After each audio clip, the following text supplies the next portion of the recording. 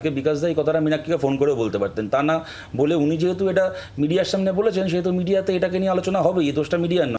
আমি শতরূপের কাছে আসবো। শতরূপ, বিকাশ রঞ্জন ভট্টাচার্য একজন প্রবীণ রাজনীতিক, সাংসদ, রাজ্যসভার সাংসদ, তার এই মন্তব্যের কারণটা কি, প্রেক্ষিতটা কি? আমার ঠিক জানা নেই, সত্যি কথা বলতে বিকাশ দাই বলতে পারবে কারণটা কি। তুমি কি কথাটার সঙ্গে একমত? কোনটা? তরুণ প্রজন্ম সোশ্যাল মিডিয়া নির্ভর হয়ে পড়ছে। আমি মীনাক্ষীর ক্ষেত্রে বলতে পারি, যদি আলোচনাটা মীনাক্ষীকে নিয়ে হয়, আমার তো মনে হয় যে মীনাক্ষীর আরো বেশি করে সোশ্যাল মিডিয়ায় অ্যাক্টিভ হওয়া উচিত। তাহলে যে তরুণ প্রজন্মের কথা বলছেন, মানে সবার, তোমাদের কথা। হ্যাঁ, মীনাক্ষী, আমি ওটাই বলছি যে মীনাক্ষী না, উনি যেহেতু আগুন পাখি আর এই শব্দগুলো এগুলো রেফার করেছেন, আমি সেই কারণে বলছি ক্যাপ্টেন। তো মীনাক্ষী তো সেই অর্থে সোশ্যাল মিডিয়া করেই না, বরং আমরা তো অনেক ক্ষেত্রে অনেক বেশি করি।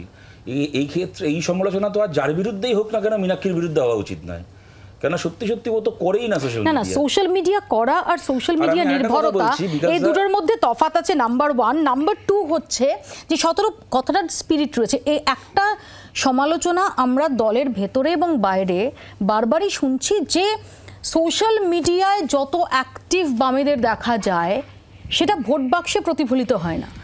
হ্যাঁ, তো কি করা যাবে?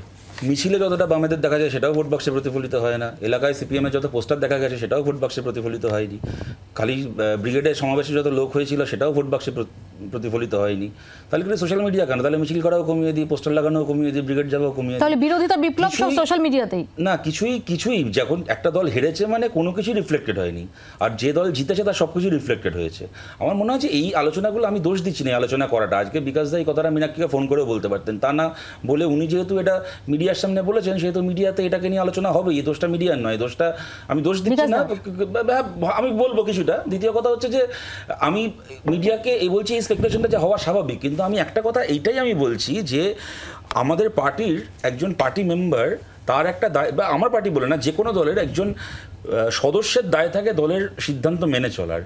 কোনো দলেরই কোনো সমর্থকের কোনো দায় নেই সেই দলের সিদ্ধান্ত কী বা সেই দলের ডিসিপ্লিন কি সেটা মেনে চলার। এটা সিপিএমের ক্ষেত্রে সত্যি, সব দলের ক্ষেত্রে সত্যি।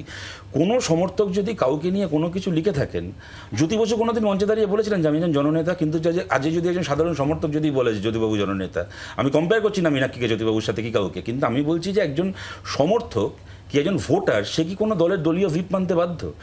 আমি তোমায় মনে করাই, যেহেতু আমার এটা মনে আছে, আপনার রায়তেই এই আজ থেকে 1 বছর আগে এই আলোচনাটা হয়েছিল এবং তুমি আমার প্রশ্ন করেছিলে, ইনসিডেন্টালি সেদিনও আমি ছিলাম, আমার কপালে এই দিনগুলো জোটে।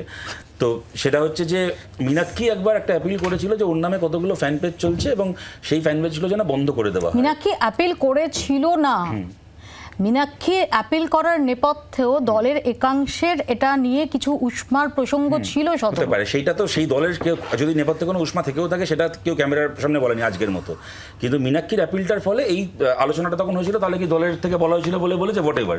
তখন আমার মনে আছে মৌপিয়াদি, তুমি এই প্রশ্নটা আমায় করেছিলে, আমি এটাও চ্যালেঞ্জ করে বলছি, সেটা পুরোনো ইয়েতে পাওয়া যাবে, ইনফ্যাক্ট আমার ইউটিউব চ্যানেলে ওটা আছে, যেহেতু আমি সেদিন ছিলাম, যে আজকে ফ্যান পেজ বন্ধ করতে বলাটা কি এটা অনাধুনিকতা নয়?